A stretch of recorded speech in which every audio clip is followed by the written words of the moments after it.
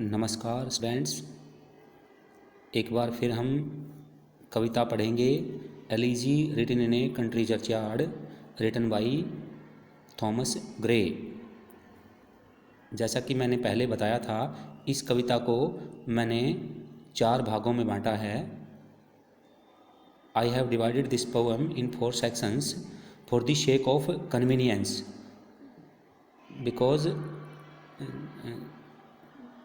poet has not made any sections of this poem. I have only made 4 sections of this poem for the sake of convenience to understand. So let us take up the second section. The first stanza is: the boast of heraldry, the pomp of power, and all that beauty, all that wealth ever gave, awaits alike the inevitable hour. The paths of glory lead but to the grave. The boast of heraldry. Boast means अहंकार, मिथ्या अभिमान। heraldry means वंशावली, वंशावली का मिथ्या अभिमान। सत्ता का, ठाठ बाट का, आडंबर का घमंड। एंड ऑल दैट ब्यूटी, और वो सब सुंदरता, सभी कुछ। And all that wealth ever gave, अर्थात जितनी भी धन दौलत संपदा से जो सुंदरता आज तक मिली है वो सब। अवेट्स अलाइक, एक समान इंतज़ार करती है। द इनएविटेबल आवर, उस अनिवार्य घड़ी का, न टलने वाली घड़ी का, अर्थात मौत का।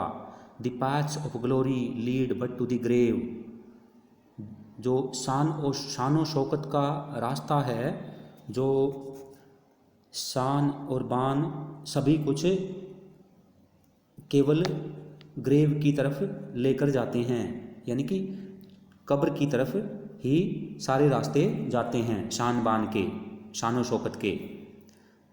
Next stanza is: nor you, ye proud, impute to these the fault, if memory over their tomb no trophies raise, where through the long drawn aisle and fretted vault the pealing anthem swells the note of praise. Nor you, you proud, यहाँ पे कवि कहते हैं कि तुम अभिमानी लोग इन सीधे साधे लोगों पर किसी प्रकार का दोष न लगाओ। Impute to these the fault, इन पर किसी प्रकार का दोष न लगाओ। यदि if memory over their tomb, अगर उनकी कब्र पे, उनकी याद में, नो ट्रॉफीज रेज, कोई स्मारक खड़े नहीं किए गए हैं। Where through the long drawn aisle and fretted vault, और उनकी कब्रें ऐसी जगह पर हैं जहाँ गिरजे के हॉल और उसकी गुंबद से the piling anthem swells the note of praise, ऊंची उठती हुई सुरीले गीतों की आवाज़ें वहाँ तक पहुँचती हैं। ऐसी जगह पर उनकी कब्रें बनाई गई हैं। Can storied, next stanza: can storied urn or animated bust back to its mansion call the fleeting breath?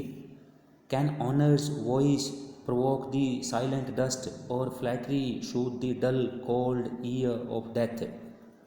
यहाँ पे कवि सवाल उठाते हैं, सवाल करते हैं कि क्या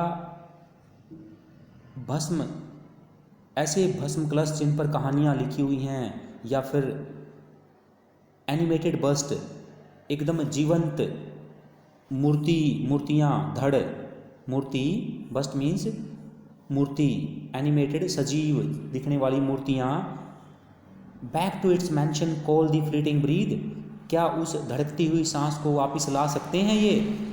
can honours voice provoke the silent dust, क्या किसी भी प्रकार की सम्मान सूचक शब्द उस शांत धूल में को फिर से जगा सकते हैं, और flattery soothe the dull cold ear of death, या किसी भी प्रकार की फ्लैटरी मीन्स चापलूसी शांत कर सकती है मौत के डल मीन्स जो नीरस है, डल है, जिसको सुनाई नहीं देता, ऐसे उस मौत के कान को यानी कि बहरी मौत को ऐसे कोई भी शब्द शांत कर सकते हैं चापलूसी भरे।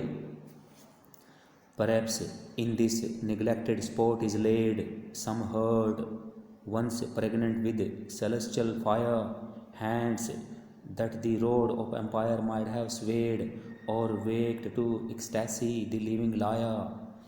Perhaps in this neglected spot is laid, संभवतः इस निर्जन अनदेखे की हुई जगह पर लिटाया गया है सम हार्ट, ऐसे हार्ट दिल वाले लोगों को जो कभी परिपूर्ण थे, भरे हुए थे, प्रेग्नेंट थे विद सेलेस्टियल फायर, जिनमें एक दैवीय अलौकिक आग भरी हुई थी। Hands that the rod of empire might have swayed, और वो ऐसे लोग यहाँ पर लिटाए गए हैं जिनके हाथों में कभी सत्ता रही होगी, सत्ता का सुख भोगा होगा, और waked to ecstasy the living lyre, अथवा कोई ऐसे हाथ जिन्होंने वीणा में सुंदर धुनें डालकर उसे सजीव कर दिया हो। यहाँ पर ऐसे संभवतः ऐसे लोगों को दफनाया गया है, इस उपेक्षित स्थान पर दफनाया गया है। Next stanza is but knowledge to their eyes her ample page, rich with the spoils of time did never unroll, chill penury repressed their noble rage and froze the genial current of the soul। यहाँ पे कवि कहना चाहते हैं कि जो ज्ञान की देवी है उसने कभी उनके सामने अपने पेज खोले हों, ज्ञान के पेज उनकी आंखों के सामने एम्पल प्रचुर विशाल पेज ज्ञान के खोले हों, rich with spoils of time and never did never roll, जो कि जिस पर वह युगों युगों से ऐसी ज्ञान की देवी लिखती आ रही थी, वो कभी उनके सामने खुले नहीं। Chill penury repressed their noble rage, एक चिल पेन्यूरी, एक चिल मीन्स बिल्कुल अथाह गरीबी, निर्दयी गरीबी ने उनके नोबल मीन्स अच्छी जो उनकी इच्छाएं थी, नोबल रेज उनकी अच्छी प्रकार की इच्छाएं, उनको दबा के रखा उनकी गरीबी ने। And froze the genial current of the soul, और उनकी आत्मा के सुखप्रद उत्साह को ठंडा कर दिया उनकी महान गरीबी ने। ऐसी आत्माएं यहाँ पर दफन हैं। Full many a gem of purest ray serene, the dark unfathomed caves of ocean bare, full many a flower is born to blush unseen and waste its sweetness on the desert air। यहाँ पर कवि कहते हैं कि full many a gem of purest ray serene, यहाँ पर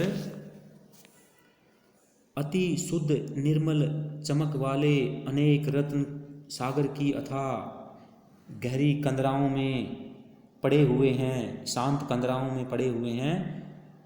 ऐसी dark अनफेदम्ड जिनकी गहराई को नापा नहीं जा सकता, डार्क अंधियारी, केव्स गुफाओं में, समुद्र की गहराई में पड़े हुए हैं। ऐसे pure gem ray of serene, full many a gem of purest ray serene, the dark unfathomed caves of ocean bear, full many a flower is born to blush unseen, और full many a flower is born to blush unseen and waste its sweetness on the desert air. अनेक फूल ऐसे होते हैं, ऐसे खिलते हैं जो बिना किसी के देखे ही मुस्कुराने तथा अपनी मीठी सुगंध को मरुस्थल की हवा में नष्ट करने के लिए ही जन्म लेते हैं। या कुछ ऐसे फूल होते हैं जो मरुस्थल में खिलते हैं और उनकी खुशबू को लेने वाला कोई नहीं होता। Some village Hampden that with dauntless breast the little tyrant of his fields withstood, some mute inglorious Milton here may rest, some Cromwell guiltless of his country's blood, some village Hampden, हो सकता है इन कब्रों में ऐसा कोई हैम्पडन पड़ा हो, यानी कि हैम्पडन भी दफन हो, उन गाँव वालों में से कोई ना कोई हैम्पडन हो सकता है। दैट विद डोंटलेस ब्रेस्ट, जो बिल्कुल निडरता के साथ, जिसने अत्याचारी the little tyrant of his fields withstood, जिसने अपने खेतों को अत्याचारी जमींदार से मुक्त कराने के लिए निडर होकर जो खड़ा रहा था, ऐसे हैम्पडन यहाँ हो सकते हैं। या फिर सम म्यूट इनग्लोरियस मिल्टन हियर में रेस्ट, या फिर हो सकता है कि यहाँ कोई इनग्लोरियस, जिसकी कोई प्रसिद्धि ना हो, जो गुमनाम हो, ऐसा कोई गुमनाम मिल्टन यहाँ पर आराम करता हुआ हो सकता है। या some Cromwell guiltless of his country's blood, या कोई फिर क्रोमवेल यहाँ पर पड़ा हो सकता है, यहाँ पर दफन हो सकता है, जिस पर अपने देश का या अपने देश के लोगों का खून बहाने का दोष ना हो, ऐसा भी कोई क्रोमवेल यहाँ पर हो सकता है। The applause of listening senates to command, the threads of pain and ruin to despise, to scatter plenty over a smiling land and read their history in a nation's eyes. The applause of listening senates to command, यहाँ पर कवि कहते हैं कि अपने भाषण को सुनती हुई मंत्री सभा से तालियों की आवाज़ की प्रशंसा प्राप्त करना, तथा कह रहे हैं कि the threads of pain and ruin to despise, और पीड़ा और विनाश संबंधी धमकियों की परवाह न करना, to scatter plenty over a smiling land, और समृद्धि लाकर देश को खुशहाल बनाना, तथा राष्ट्र के आँखों में अपने इतिहास को पढ़ना, and read there history in A Nations eyes, अपने इतिहास को पढ़ना, अपने राष्ट्र के इतिहास की रचना करना, यह सब उनके भाग्य में, उनकी किस्मत में नहीं लिखा था। इस प्रकार से ये सेक्शन ख़त्म होता है। अगले सेक्शन में मिलते हैं। नमस्कार।